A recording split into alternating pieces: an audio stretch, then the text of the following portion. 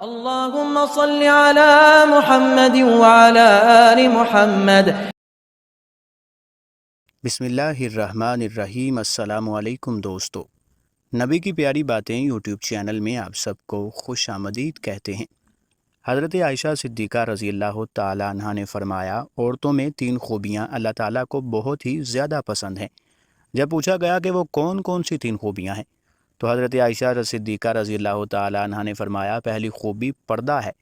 پردہ کسی خاتون کی ایسی خوبی ہے جو اللہ تعالیٰ کو بہت ہی زیادہ پسند ہے۔ جب کوئی خاص خوبیاں اللہ کو بہت پسند ہوں تو پھر ظاہر ہے وہ خوبیاں اپنانے والی عورتیں بھی اللہ کو بے حد پسند ہوگی۔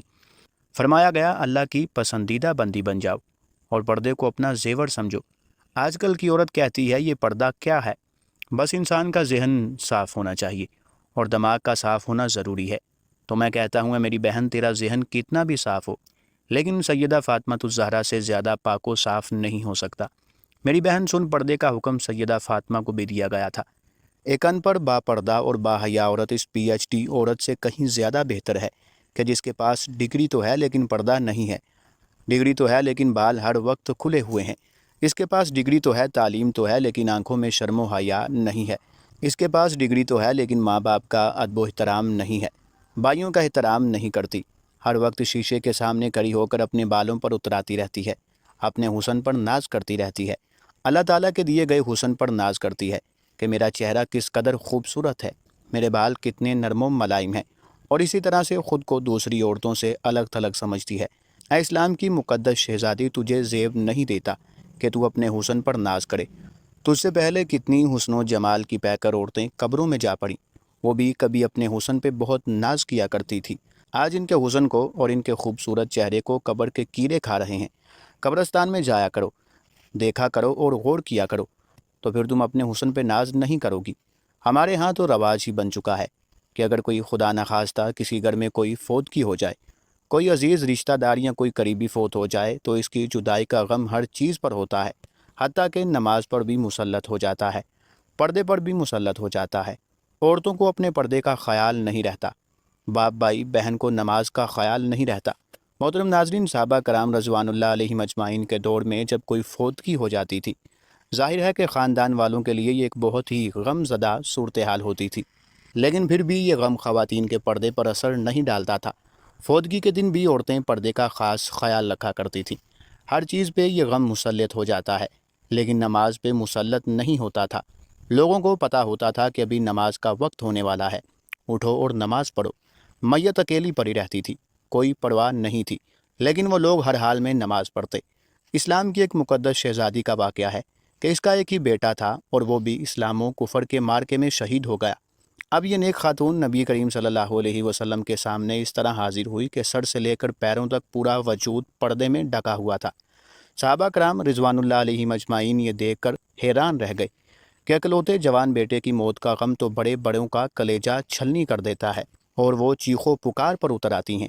یہ کیسی خاتون ہے کہ اتنے بڑے صدمے کے باوجود مکمل پردے کی حالت میں اور مکمل ہوش و حواس میں ہے، اتنے بڑے صدمے کے باوجود یہ ابھی بھی پردے میں ہے۔ یہ اس دور کی بات ہے جب مشرکین کی عورتیں اپنے جوان بیٹوں کی موت پر نوحہ خوانی کرتی تھیں اور بے پردگی کا عالم ہوتا تھا۔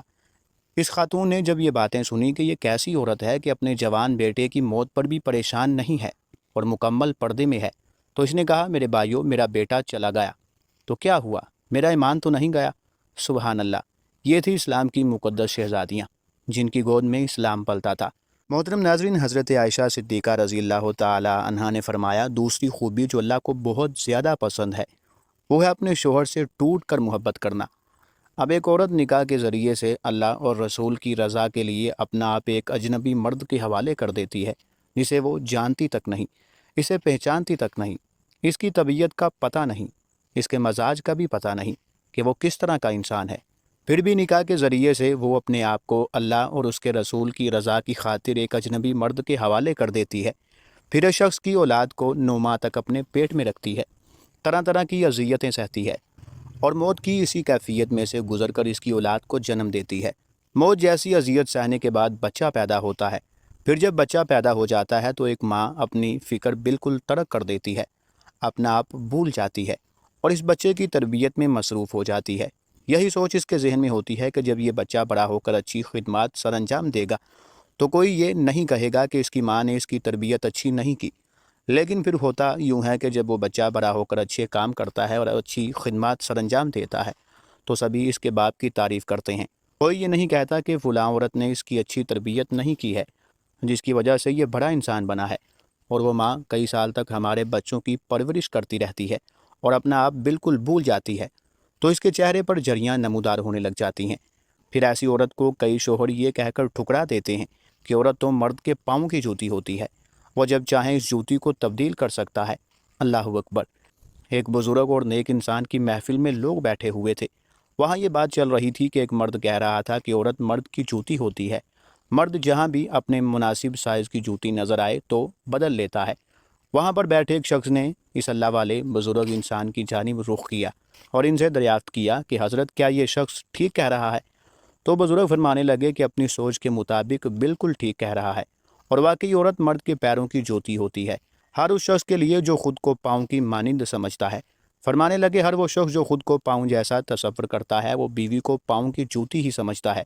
یہی عورت سر کا تاج بھی ہو سکتی ہے، لیکن صرف اس مرد کے لیے جو خود کو بادشاہ کے مانند سمجھتا ہے۔ جب ایک عورت ایسے شخص کے لیے اپنی زندگی قربان کر دیتی ہے جس کے وہ نکاح میں آ جاتی ہے، اس کی خدمت گزاری کرتی ہے، بچے پیدا کرتی ہے، اور اس کے بچوں کی تربیت کے دوران اس کے چہرے پر جھریوں کے نشان نمودار ہو جاتے ہیں، لیکن مرد اس بات کو سمجھنے کی بجائے جب یہ دیکھتا ہے کہ یہ عورت پہلے کی طرح خوبصورت نہیں رہی تو وہ دوسری عورت کی جانب مائل ہونے لگتا ہے اور اپنی بیوی کو چھوڑنے کے لیے تیار ہو جاتا ہے۔ تو ایسا مرد اپنی بیوی کی ہنستی بنستی زندگی میں زہر گھول کر رکھ دیتا ہے اور اسے کانٹوں کے بستر پر سونے پر مجبور کر دیتا ہے۔ تو کیا یہی انسانیت ہے؟ خدا را اللہ کی ان رحمتوں کی قدر کیا کریں، وہ کسی بھی شکل میں ہو، ماں، بہن، بیوی یا بیٹی، ان کو عزت دیا کریں۔ حضرت عائشہ صدیقہ رضی اللہ تعالی عنہا نے فرمایا کہ عورت کے اندر 3 خوبیاں اللہ کو بہت ہی زیادہ پسند ہیں۔